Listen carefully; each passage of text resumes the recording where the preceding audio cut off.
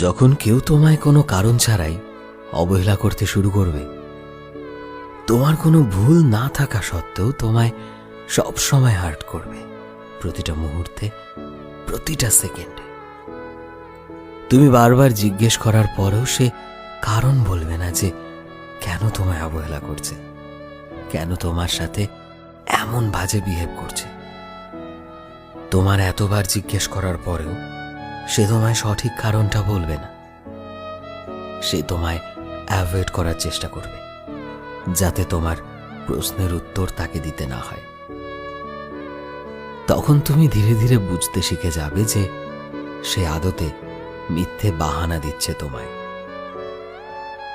আসলে কি বলতো, যখন কোনো সম্পর্ক নতুন নতুন তৈরি হয় তখন সবাই এফোর্ট দিতে শুরু করে, কিন্তু সময়ের সাথে সাথে সম্পর্ক